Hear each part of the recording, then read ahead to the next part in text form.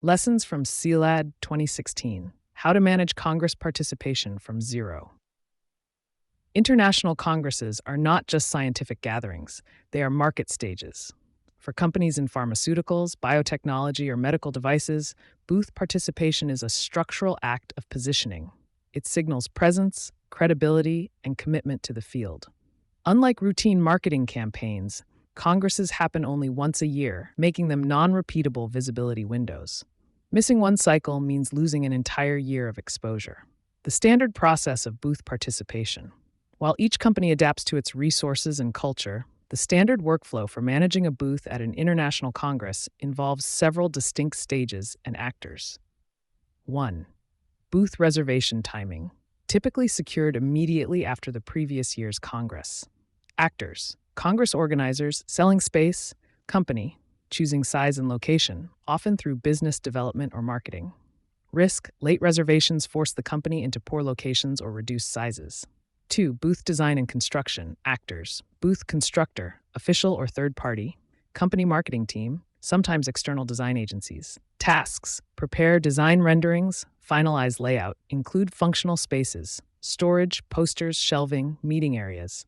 Risk: overpaying official constructors or neglecting functionality.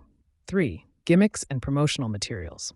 Actors: marketing team, procurement, local vendors or manufacturers. Tasks: select giveaways, brochures, props, ensure cultural or symbolic alignment, manage costs. Risk: overspending on generic items, missing the chance for differentiation. Personal case: CILAD 2016, Buenos Aires. In 2016, I was assigned to manage the company's participation at CILAD, one of Latin America's two most important dermatology congresses, together with RADLA. Unlike the standard process with multiple actors, I had to handle everything alone, without support. 1. Securing the booth. The only instruction I inherited was, reserve a 3x6 meter booth, confirm, and pay. That was all. I reserved the booth successfully, but quickly realized this was only the beginning. 2. Selecting the constructor. The official constructor quoted an inflated budget.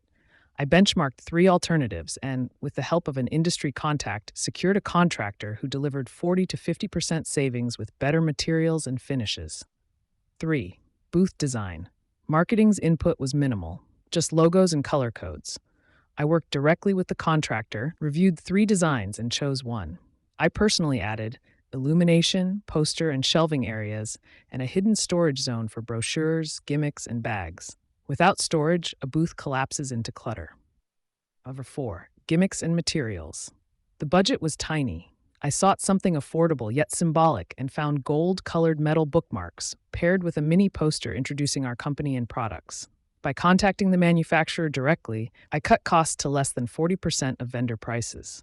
I also repurposed items from the company's storage: fabric bags, English brochures, and mock vials boxes for decoration. Everything was inventoried, packed, and sent via customs broker. 5. Travel and transfers. Beyond the booth, I had to manage flights, hotels, and transfers. Not only mine, but also my boss's. Because I needed to arrive early to supervise construction, their schedules were staggered, making coordination complex. Transfers from airport to hotel to Congress Center became a daily headache. 6. On-site execution. Execution required distributing packages during recesses, the only moments when crowds gather. Staffing the booth with proactive, multilingual personnel was crucial. Senior managers often stood silently, arms crossed. Juniors who could engage in the local language created more value. 7. Post-event reporting. After the success came the real nightmare: Korean reporting culture. At least 3 reports, payments, booth, gimmicks, expenses, had to be submitted, plus pre-booth plans, execution reports, and final results.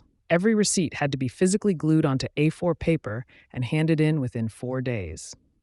The workload was crushing, despite the event's success. Final lessons. From both the standard process and my CILAD 2016 case, key lessons for juniors are: booth reservation is strategic. Timing defines location and visibility.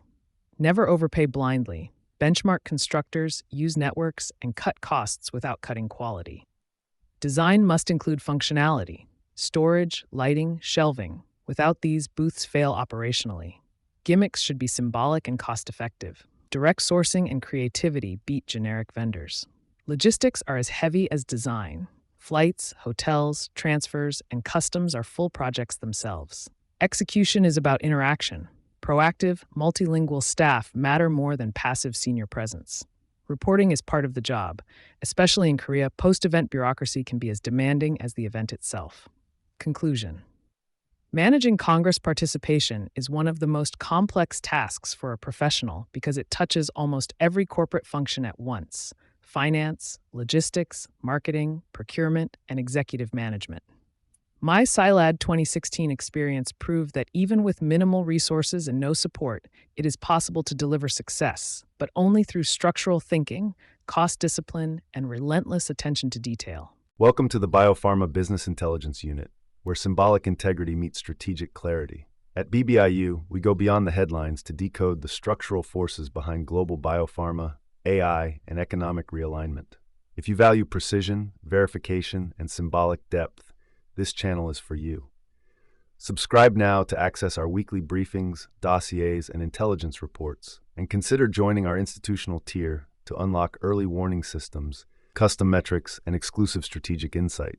You're not just listening, you're entering the future of epistemic intelligence. www.biopharmabusinessintelligenceunit.com